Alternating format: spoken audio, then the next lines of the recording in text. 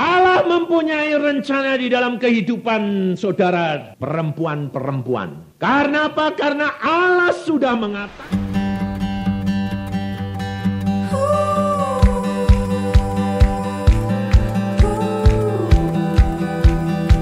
Mengatakan bahwa kita sekarang ini sedang disiapkan untuk hari perkawinan dengan Yesus Kristus nanti. Dan saudara perempuan yang pegang peranan, engkau yang disiapkan untuk menyiapkan pakaian raja-raja dan pangeran-pangeran dan putri-putri. Apa artinya seorang pengusaha ini yang berjualan kain ungu, dia pasti dapat mendalami perkara segala macam kain. Dia mempunyai perencanaan. Bahkan seorang yang punya berjual kain untuk kemanten, dia pasti dapat merancang gaun kemanten. Betul enggak? Dia dapat menyewakan, dia dapat menjual, maupun dia dapat memberikan. 3 fungsi ini kerap kali wanita tidak menyadari bahwa engkau ini adalah sudah dipilih oleh Allah menjadi orang-orang yang sedang menyediakan pakaian-pakaian raja. Fungsinya di tempat Anda. Jikalau seorang raja itu kawin dengan pakaiannya yang tidak karu-karuan, malu enggak? Yang malu itu rajanya, pengantennya, semua keluarganya dipermalukan. Gara-gara siapa? Perancangnya, betul lah? Keluargamu akan menjadi terhormat, dihargai, kebahagiaanmu terletak di dalam keadaan saudara, ibu-ibu. Saudara tahu. Tapi kita harus menyadari bahwa di dalam diri kita jangan ada rasa engkau adalah manusia lemah. Ini harus dicabut. Sebab itu adalah rencana setan. Supaya hidup rumah tanggamu tidak bahagia. Sebab demikian kau mempunyai perasaan rendah diri. Aku orang lemah. Pasti timbul pemberontakan. Yang mau menyatakan bahwa engkau orang kuat. Engkau mampu berdiri sendiri. Dan hal itu tidak akan membawa kebahagiaan rumah tanggamu. Karena suami merasa tidak ada harganya. Dan dia akan berulah gengsi. Dan engkau akan menderita akibat dan anak-anakmu. Kita harus sadar. Kita harus tahu di mana engkau ditempatkan. Kerap kali saudara tahu. Coba perhatiin. Setiap kali istri mau merancangkan sesuatu yang di luar daripada suami, mesti gengsi suaminya muncul. Entah ditentang, entah melakukannya bantunya separuh hati, mesti ada toh. Karena apa? Karena saudara tidak bijaksana. Karena saudara kerap kali merasa apa? Suamiku sudah anak Tuhan, tidak perlu didoakan. Itu saudara salah. Saya sendiri kerap kali ngalami. Kenapa? Istri saya orangnya lembut. Dulu dia tidak pernah berani apa-apa. Sekarang karena dia tahu aku hamba Tuhan sudah diubah Tuhan. Kalau punya apa-apa tinggal ngomong. Pak, anterin ya. Pak, mau ini. Saya bilang, kapan kamu mulai berubah, mulai jadi kepala? Loh enggak gitu, maksudku sih enggak gitu. Papa kan sekarang sudah baik toh. Sudah baik, justru harus kamu rendah hati. Dan papa siap untuk melayani, tetapi dengan kesungguhan hati, bukan dengan setengah hati. Inilah saudara. Saudara harus sadar, kalau tambah baik, tambah dekat Tuhan. Malah baik, malah dikacungin. Tidak didoakan lagi. Waktu jelek didoain terus siang malam, betul enggak? Suami kalau melancong, ibu tadi saksi toh, suaminya kabur, malah sembayangnya banyak enggak? Waktu baik-baik terus sembayang banyak enggak?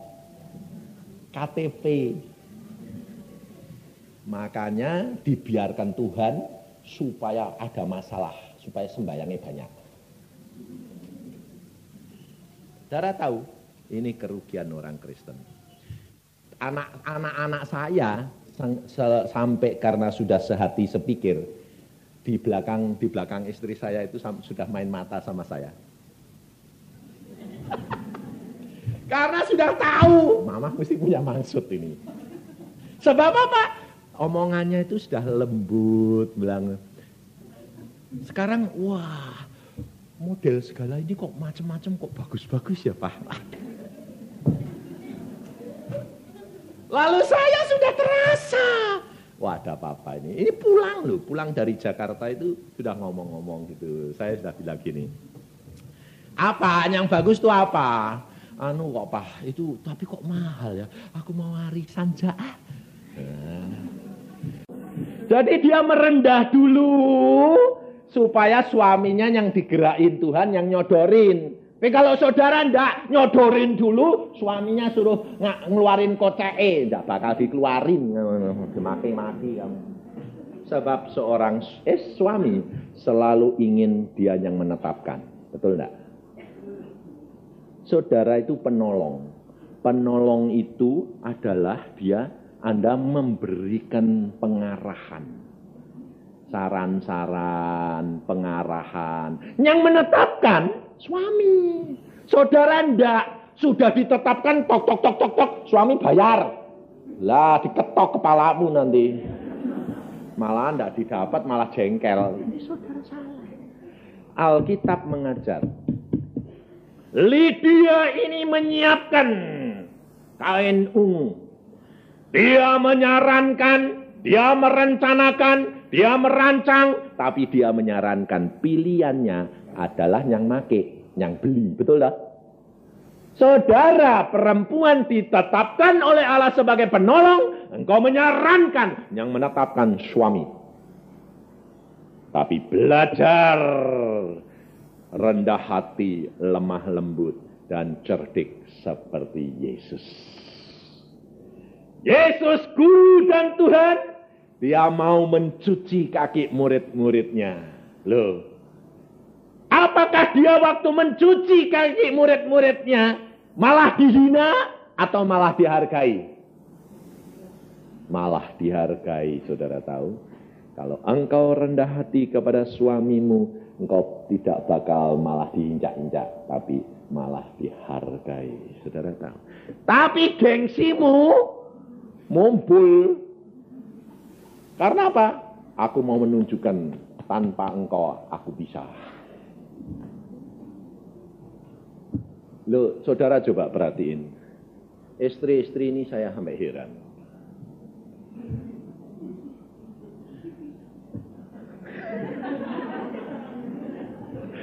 Herannya kenapa? Gengsi. Suaminya model seperti saya dulu, orang yang keras hati. Saya tidak pernah namanya gandeng suami, istri pernah, tidak pernah dulu. Lalu kalau tidak pernah digandeng, si istri-istri merasa dia gandeng aku tidak mau. Aku suruh gandeng dia, gengsi dong. Digandeng orang lain. Betul tidak? Karena apa? Karena setiap orang itu punya kelemahan, saudara tahu. Lebih-lebih orang timur, lebih-lebih orang yang laki-laki yang dididik. Perempuan pokoknya uang cukup. Itu zaman dulu itu perempuan itu tidak ada harganya, saudara tahu. Selalu cuma dikatakan apa? Sebagai alat pelengkap. Makanya perempuan zaman dulu itu istrinya Raja Daud itu 300. Raja Soleman 1000. Daud itu bapaknya 300, anaknya tidak mau kalah 1000. Lah saudara bisa bayangin, sekarang di sini paling-paling berapa toh? Hah? Berapa? Ini ada 100 lebih ya? Kira-kira berapa ini? 200-an ya. Ini semua seumpamanya istrinya Daud. Bayangin. Kumpul model-model macam-macam, modelnya aneh-aneh, antik-antik, ada yang tua, ada yang muda. Kira-kira bisa akur enggak? Bisa, saudara tahu. Saudara tahu. Harga diri saudara sekarang naiknya seberapa? 1000 kali. Sekarang Yesus berkata, seorang suami, 1 istri. Hargamu naik berapa kali? 1000 kali. Tahu nggak punya harga kamu sekarang? Kalau sudah tahu punya harga, pasang harga lebih tinggi. Kurang ajar ini.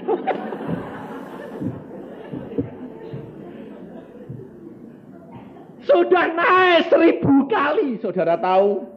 Inflasinya tidak tanggung-tanggung, 1000 rupiah. Dan saudara naik 1000 kali, saudara tahu. Tetapi tahu fungsimu sebagai penentu kebahagiaan rumah tangga dan negara dan dunia. Lydia dia berdagang. Setelah dia kenal Paulus, dia menjadi pelayan.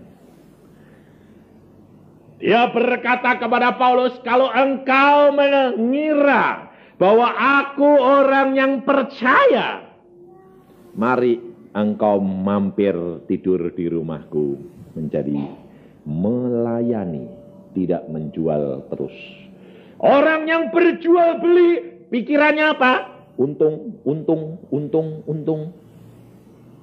Tapi orang yang melayani, menyenangkan tamunya. Betul enggak? Kekristenan, Yesus berkata, aku memberi contoh kepadamu melayani. Siapa yang hendak menjadi besar, dia harus melayani. Kalau engkau mau ditinggikan, kau harus melayani. Saudara tahu, ini pengalaman saya dan istri. Dia melayani. Sekarang saya cintanya sama dia luar biasa. Saya tinggikan dia. Saya hargai dia. Kalau saya mau menyakiti hati dia, saya tidak sampai hati. Kenapa? Saya pada waktu ketarik seorang perempuan yang lain, apa yang ada di dalam pikiran saya? Dia akan menderita. Padahal dia sangat mengasihi saya. Dan karena pertimbangan itu, ambil putusan, tidak, aku tetap milik dia. Saudara tahu, hanya karena kasih itu yang akan mempengaruhi kita.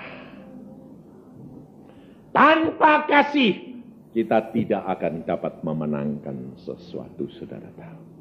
Tetapi Yesus sudah mengajar kepada kita, layani dengan motivasi yang bersih.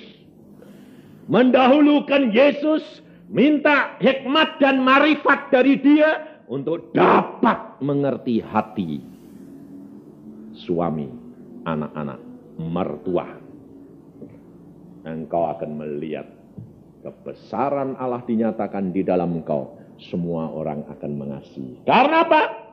Janji Yesus.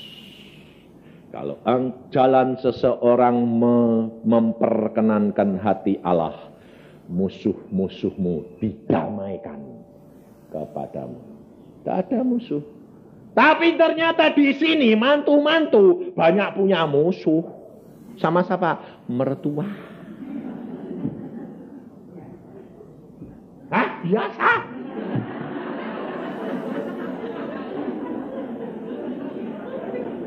Payah biasa. Itu belum berubah.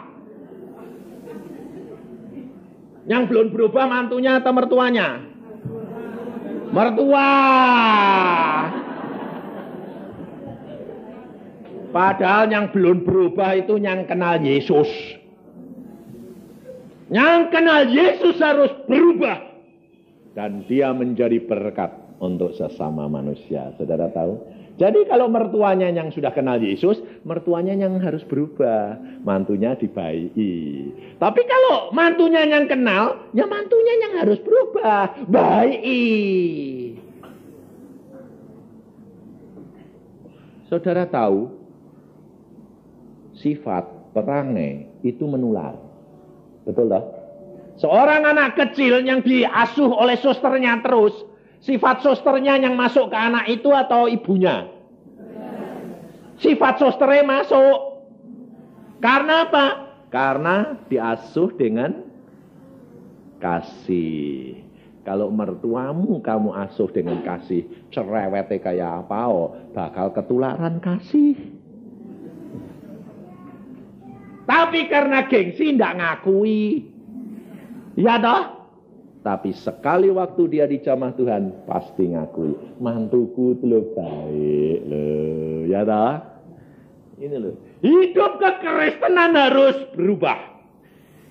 Tetapi banyak orang Kristen tidak jual jadi pelayan. Setelah jadi pelayan Tuhan, lalu menjual kain ungu. Kebalikan. Orang Kristen kalau bilang melayani, motifnya cari duit. Apa enggak jual itu? Lydia berjual kain ungu, kemudian berubah menjadi melayani. Saudara harus belajar. Kalau engkau sudah mengenal pelayanan, tingkatkan pelayanan menjadi pelayanan yang sempurna. Tidak bermotifkan kepentingan diri sendiri seperti seorang penjual. Tuhan akan mencukupi engkau. Tidak usah khawatir. Sebab Yesus sudah berkata, kalau engkau menjadi pekerja untuk aku sanggup memberikan engkau.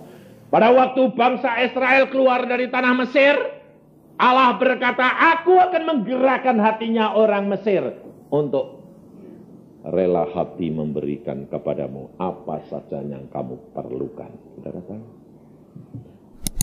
Kalau tidak begitu, pengalaman pribadi saya dengan Allah, saya tidak bisa menjadi seorang hamba Tuhan. Lebih enak jadi dokter. Sebab di dalam masyarakat saya dihargai. Tapi saya tinggalkan semuanya karena saya kenal Yesus. Dan saya tidak kalah dengan dokter yang lain. Karena apa? Yesusku membuktikan firman-Nya ya dan amin.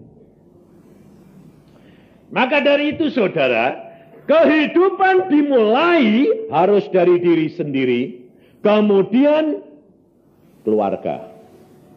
Setelah keluarga, baru keluar menjadi saksi. Jangan keluar dulu sebelum keluargamu beres. Sebab kalau kamu keluar kelihatannya baik, masuk rumah tanggamu, mana suamimu kabur sama orang. Lulah kok kamu melayani orang lain? Iya, justru pengalaman ini saya mau melayani orang lain.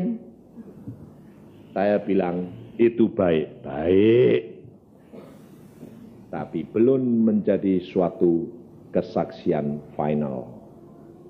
Kita harus benar-benar membuktikan bahwa kita adalah anak-anak Allah yang punya kuasa. Tidak usah takut, firman-Nya semua ya dan amin. Kalau engkau sedang ditinggalkan, ucapkan syukur. Kamu tinggal berdoa, kamu cinta sama Yesus, luar biasa. Suamimu tidak bisa apa-apa. Ini pengalaman saya, tidak bisa apa-apa. Sebab apa? Istri saya berdoa, hidup dalam kesucian, kekudusan. Dia sembahyang. Setiap saya kemana-mana, saya seperti diawasi saat pasang mata. Saudara tahu. Tidak bisa berbuat. Di Irian Barat saya ditinggal, saya dinas sendiri 6 bulan. Istri saya di Jepara. Ada seorang wanita Hong Kong ganggu saya. Bayangin, saya diganggu. Cabut gigi, malam-malam datang. Lah kurang ajar. Wah, ini pendarahan, dokter. Saya lihat tidak ada darahnya. Habis itu masuk kamar saya, dokter sendirian ya. Tidak kesepian, tidak kedinginan. Tidak, saya bilang. Bayangin saudara, kucing sudah tidak makan 6 bulan dikasih gereh. Wah, saya bilang.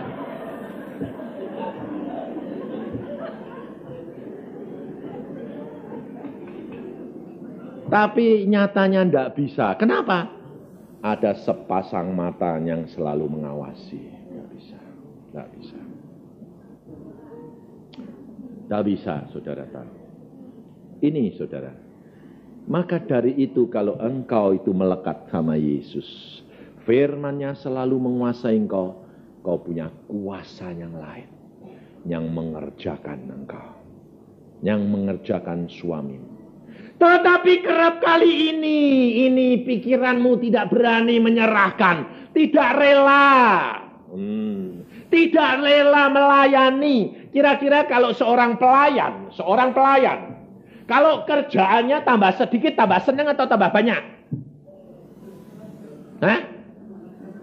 Tambah senang dah? Loh, seorang pelayan restoran, itu kalau pekerjaannya tambah sedikit, tapi gajinya gede. Tambah seneng apa tambah? Seneng dah? Lah ya. Lah saudara ini pelayan apa enggak? Enggak. Kalau suaminya enggak pulang pusing. Lah kalau suaminya enggak pulang kan malah enggak ngelayani toh. Lah kok pusing? Lah kalau suamimu pulang malah kamu siap terus mintanya apa, butuh apa. Bentar lagi, ayo datang. Nah, kalau tidak ada kan malah kamu santai toh. Santai-santai kayak ratu toh. Wah. Tidak melayani, puji Tuhan. Loh ya toh. Loh, itu kalau pelayan, betul enggak? Nyatanya saudara ini tidak pelayan toh. Apa? Ratu. Mintanya diperhatiin, baca Alkitab. Ratu Nebukadnezar, Ahasveros, Ratu Wasti, pada waktu Raja Ahasveros mengadakan pesta yang luar biasa, ratunya dipanggil, pakai pakaian kebesaran, aku mau tunjukkan kecantikanmu, kehebatanmu kepada rakyatku. Ratunya bilang apa? Katakan kepada raja, aku tidak mau datang, karena aku sedang pesta sendiri. Langsung rajanya bilang apa? Copot keratuannya itu. Asingkan dia. Dan diganti dengan Esther. Saudara tahu? Kalau engkau tidak menjadi seorang pelayan yang baik, kalau dicopot kapok nanti.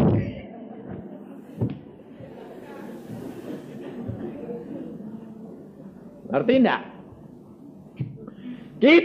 Yesus sudah berkata kalau engkau melayani, engkau mau jadi besar, engkau harus menjadi seorang pelayan. Yesus sudah memberikan contoh, dia membasuh kaki muridnya. Dia membasuh, dia melayani, dia mengeringkan, dan dia berkata, aku Tuhan dan Guru. Tetapi aku melakukan ini supaya mengajar kamu. Saya akan bacakan di dalam Yohanes 13. Ayat 12, sesudah ia membasuh kaki mereka, ia mengenakan pakaiannya dan kembali ke tempatnya. Lalu ia berkata kepada mereka, mengertikah kamu apa yang telah kuperbuat kepadamu? Kamu menyebut aku guru dan Tuhan, dan kata-katamu itu tepat, sebab memang akulah guru dan Tuhan.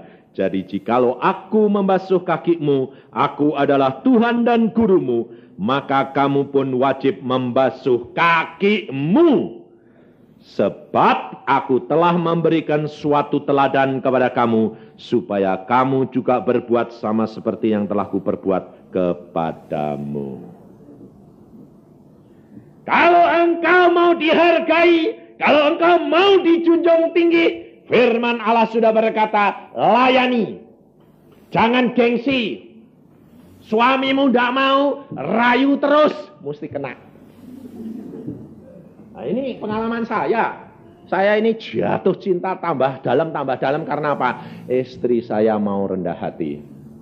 Saudara tahu, istri saya itu punya sifat yang aneh. Kalau omong sama orang, tidak lihat dia, tidak mau dia. Lah saya kadang-kadang sudah capek madep dia, saya madep ke sana. Atau madep ke atas, saya lele-lele dia ngomong. Saudara tahu apa yang dilakukan kalau dia ngomong mau cerita sesuatu? Saya ditarik, muka saya ditarik. Lalu dia bilang, madep saya dong. Aku ngomong kok tidak diperhatiin. Tak perhatiin. Mau ngadep. Saking saya jengkel, ambung sisan. Lalu dia seneng. Senengnya apa? Lu kamu ini kok aneh. Ya, tak gitu. Malah Yesus berkata apa? Hidup di dalam Kristus ada kasih mesra. Di dalam Filipi pasal 2 ayat pertama. Di dalam Kristus. Dalam Filipi saya bacakan. Di dalam Filipi pasal 2 ayat pertama. Jadi karena dalam Kristus ada nasihat. Ada penghiburan kasih. Ada persekutuan roh. Ada kasih mesra dan belas kasihan. Karena itu sempurnakanlah sukacitaku dengan ini. Saudara tahu. Ada kasih mesra. Tapi ibu-ibu bilang selalu gini. Dulu waktu pacaran aja mesra, ngerayu. Sekarang kalau sudah jadi istrinya enggak pernah dirayu lagi. Betul enggak? Betul enggak? Kenapa Anda tidak pernah dirayu? Bosan? Payah, kalau sudah bosan payah. Sebab orang bosan itu payah. Sebetulnya tidak bosan suami-suami itu. Saya ngalami sendiri, tidak bosan. Karena apa? Karena pada waktu pacaran yang dilihat itu sudah mulus semuanya.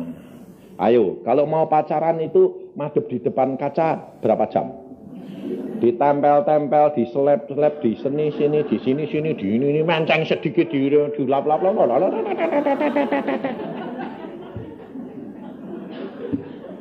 Sehingga pacarnya datang sudah mulus.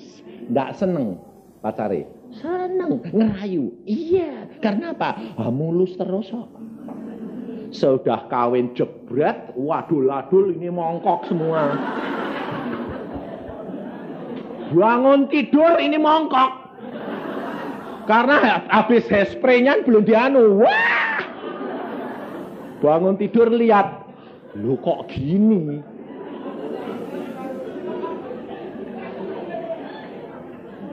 Pakaiannya gedondoran semua. Wah. Ternyata kalau pergi ke belakang nyeret sandal, srek. Waktu dia ketemu sama pacar, mulus semuanya. Lah ya terang kekabelan. Lah setelah menikah ndak malah kabelan, malah lu kok tambah jelek. Bukan bosen, mutunya turun.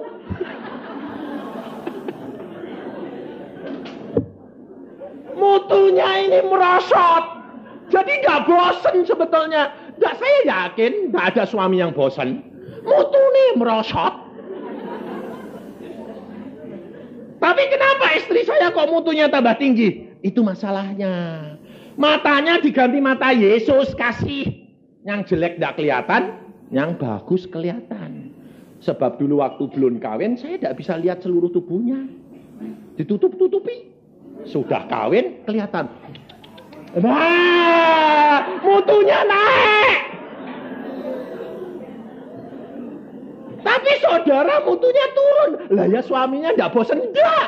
Bingung, mutunya kok turun. Ini loh saudara, tahu enggak? Dan saudara dapat meninggikan mutu apabila engkau hidup di dalam kesucian dan kekudusan. Sebab di dalam Yesus sudah berkata, segala sesuatu dapat diubahkan. Kutuk pun menjadi berkat. Yang jelek menjadi bagus. Karena di dalam Yesus Saudara tahu, istri saya itu punya kulit adalah lemah luar biasa. Kalau kena gigit, rusak. Kena gigit nyamuk, rusak. Plek. Tapi saya bisa tidak merasa dia tambah jelek, tambah baik, aneh. Kenapa? Sebab timbul kasih ini loh. Mau mengasihi. Kasih melihat yang baik. Karena apa? Kasih menutupi dosa yang banyak. Kekurangan-kekuranganmu akan ditutupi oleh kasih daripada Yesus. Dan engkau akan mengenal cintanya dia lebih dari segala-galanya. Hidup kekristenan adalah hidup yang penuh dengan kebahagiaan. Rumah tanggamu akan disempurnakan. Anak-anakmu akan menjadi contoh. Karena apa? Karena firman Tuhan ya dan amin. Mari kita berdoa.